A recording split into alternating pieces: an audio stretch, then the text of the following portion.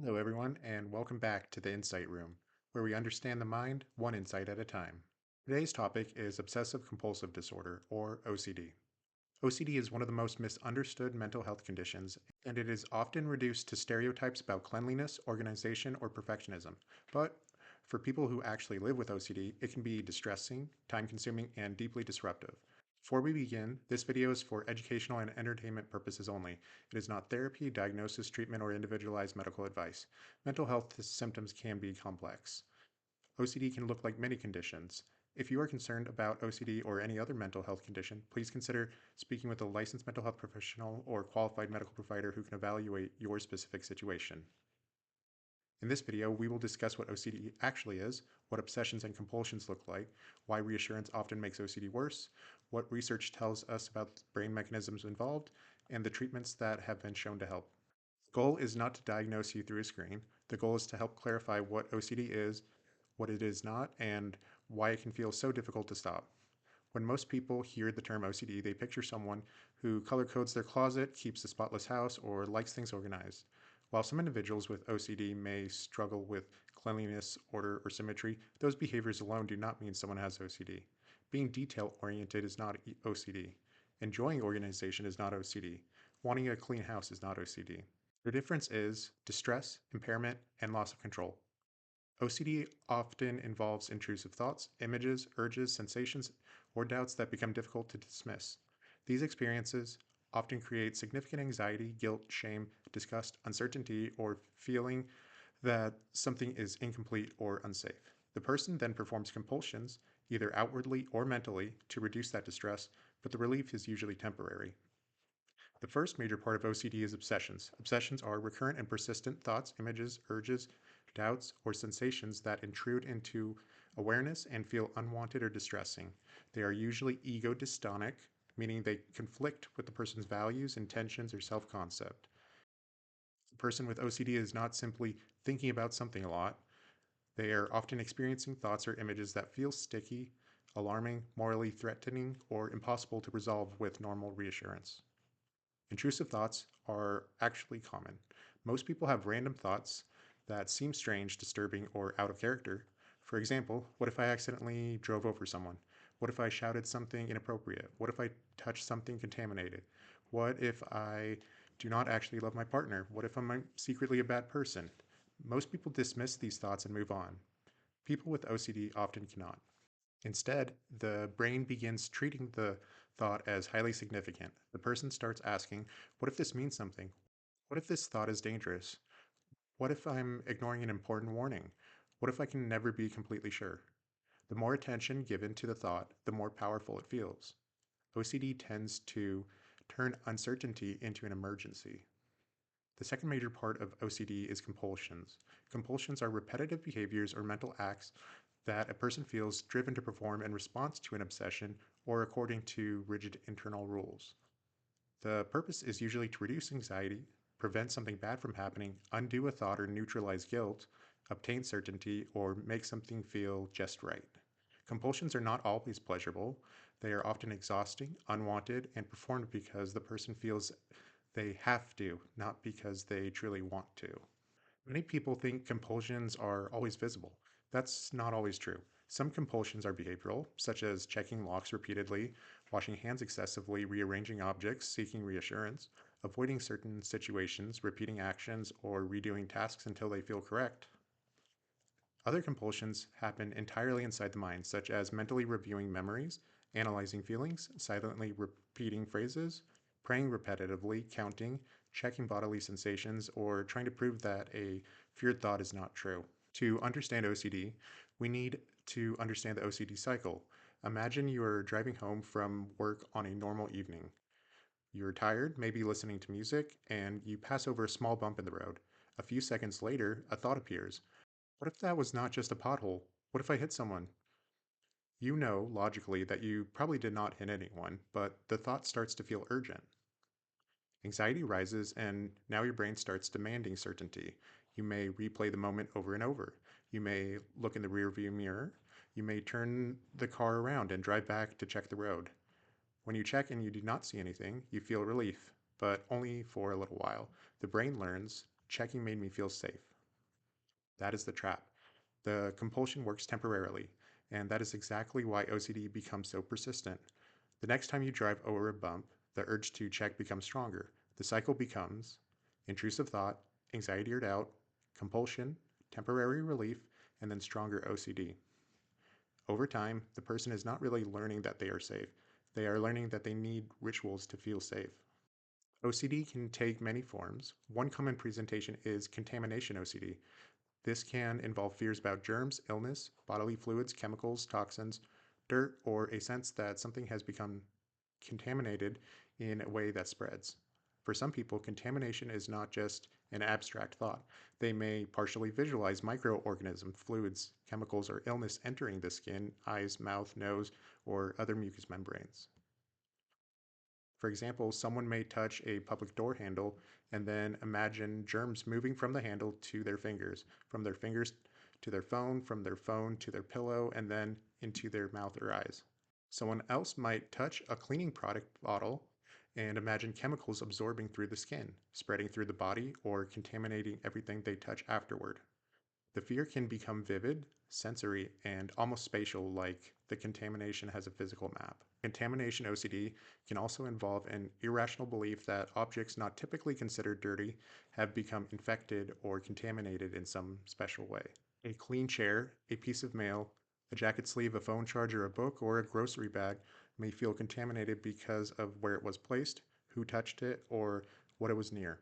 The person may know intellectually that the object is probably not dangerous, but emotionally it feels unusable, unsafe, or tainted. That mismatch between logic and alarm is part of what makes OCD so distressing. Another presentation is harm OCD. This involves intrusive fears about harming oneself or others, even when the person does not want to harm anyone.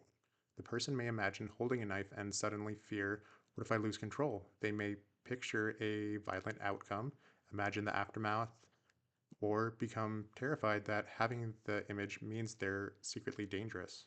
Sometimes the fear is based on a stereotype of what a quote unquote crazy or dangerous person might do, and the person begins checking whether they could somehow become that. Harm OCD can also be more subtle. Someone may fear they will harm someone by being careless, contaminating food, cooking something incorrectly, poisoning someone accidentally, giving the wrong advice, or failing to prevent danger.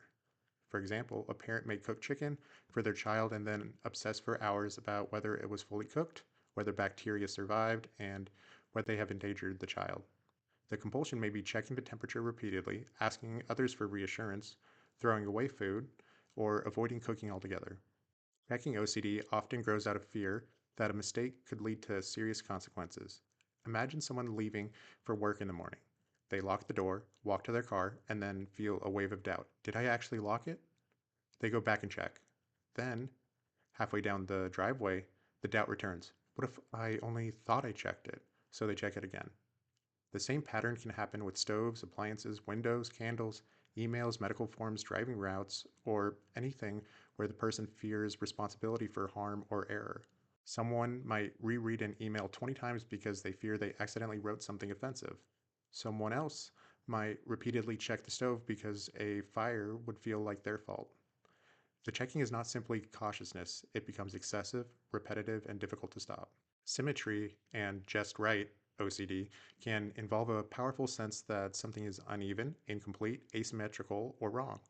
For example, someone may touch their left shoulder accidentally and then feel compelled to touch the right shoulder in exactly the same way. If it does not feel equal, they repeat it again. Another person may rewrite a sentence, rearrange objects, or redo a movement until it feels internally correct. This type of OCD is not always about preventing a catastrophe. Sometimes the feared consequence is the intolerable feeling itself. The person may say, I know nothing bad will happen, but I cannot move until it feels right.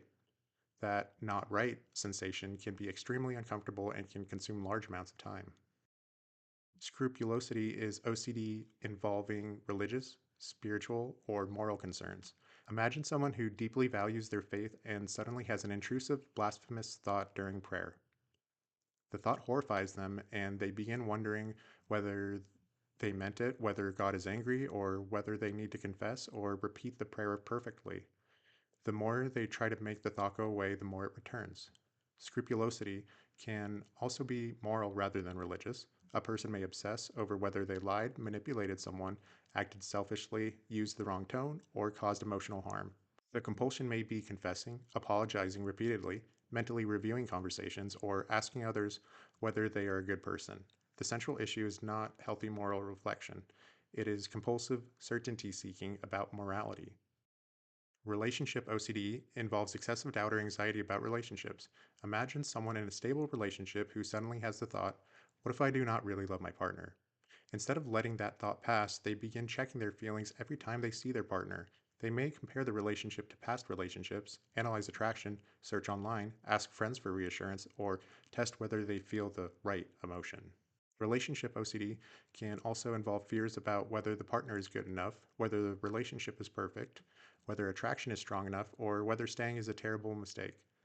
This is different from ordinary relationship uncertainty because it becomes repetitive, distressing, and compulsive. The person may feel trapped in an endless internal courtroom trying to prove something that cannot be proven with absolute certainty. There are also obsessive patterns involving famous people, celebrities, public figures, or people the person does not realistically know. Someone may obsess over whether they are in love with the famous person, whether the attraction means something about their real relationship, or whether thinking about the person is morally wrong. That can still function like OCD when the central pattern is intrusive doubt, anxiety, checking, reassurance seeking, and attempts to neutralize the thought. A related but different clinical issue is when someone develops a fixed belief that another person, sometimes a famous person or higher status individual, is in love with them, despite clear evidence otherwise. That pattern can be more delusional in nature and is clinically different from typical OCD doubt. OCD usually involves distressing uncertainty and repetitive checking.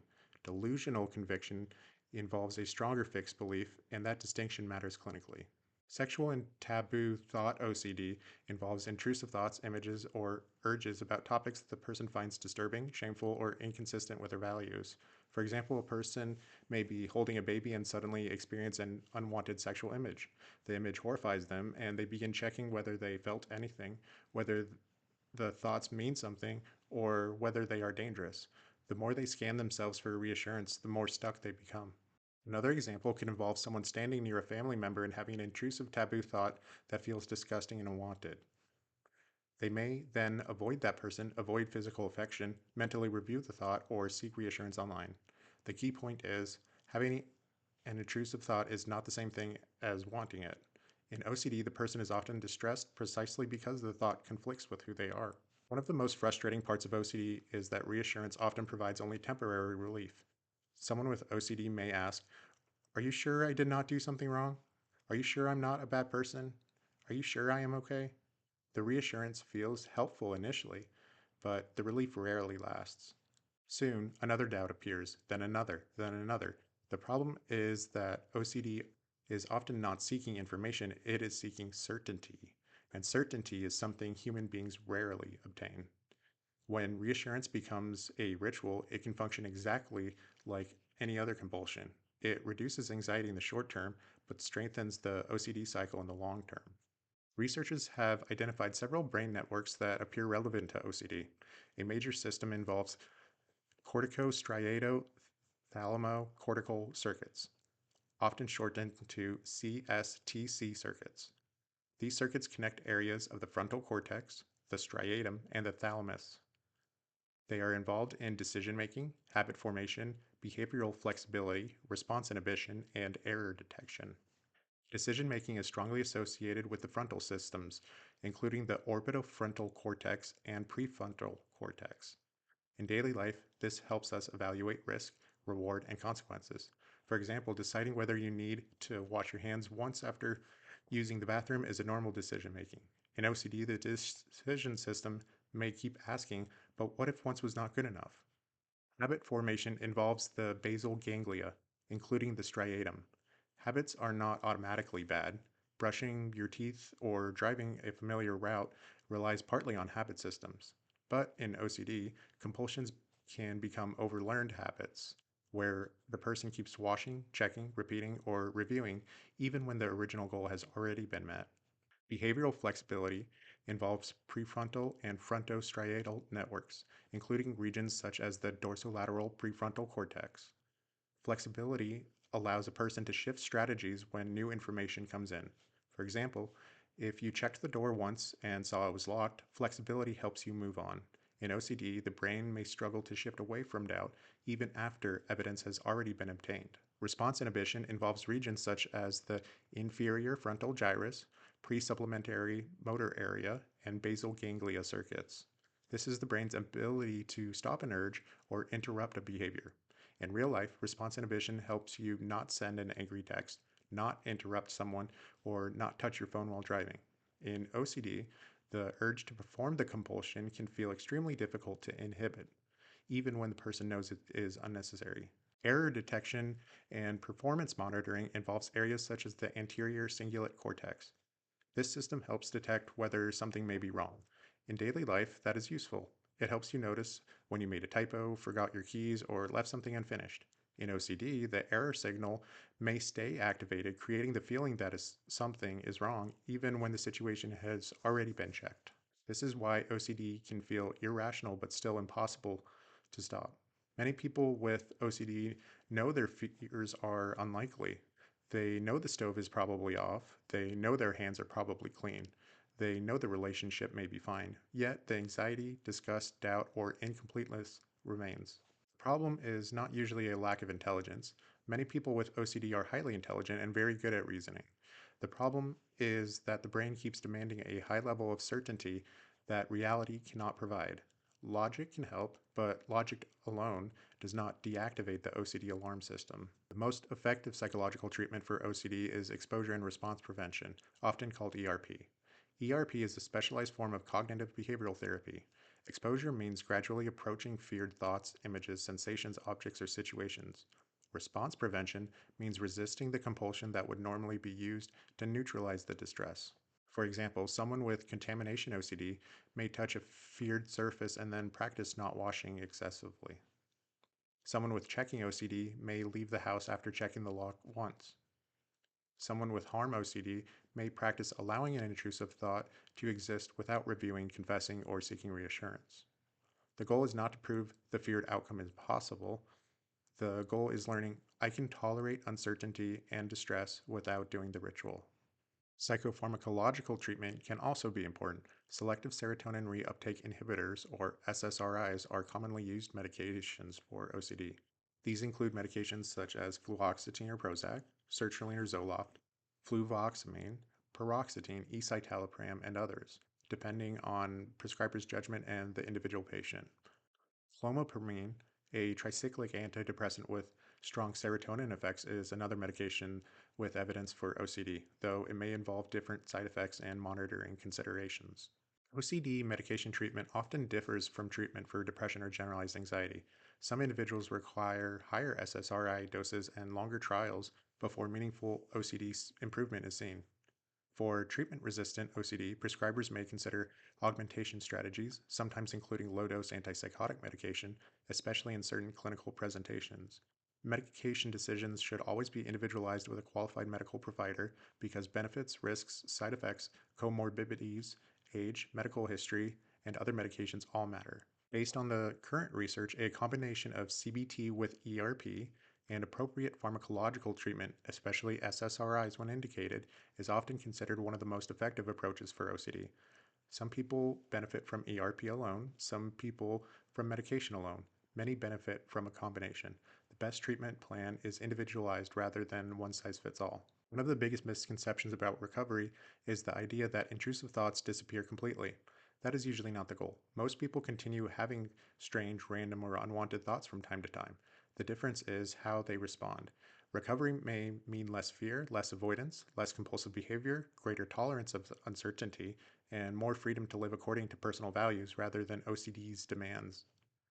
The thought may still show up, the uncomfortable feeling may still show up, the doubt may still show up, but over time, the person learns that they do not have to answer every question OCD asks. They do not have to obey every alarm their brain produces. OCD is far more than a preference for cleanliness or organization. It is a disorder involving intrusive thoughts, compulsive behaviors, and often overwhelming need for certainty. Fortunately, OCD is also treatable. With appropriate treatment and consistent practice, many people experience substantial improvement and regain significant parts of their lives. If you found this video helpful, consider liking the video, subscribing to the channel, and letting me know in the comments what mental health topic you would like to see covered next. Thank you for watching, and I will see you next time here in the Insight Room, where we understand the mind one insight at a time.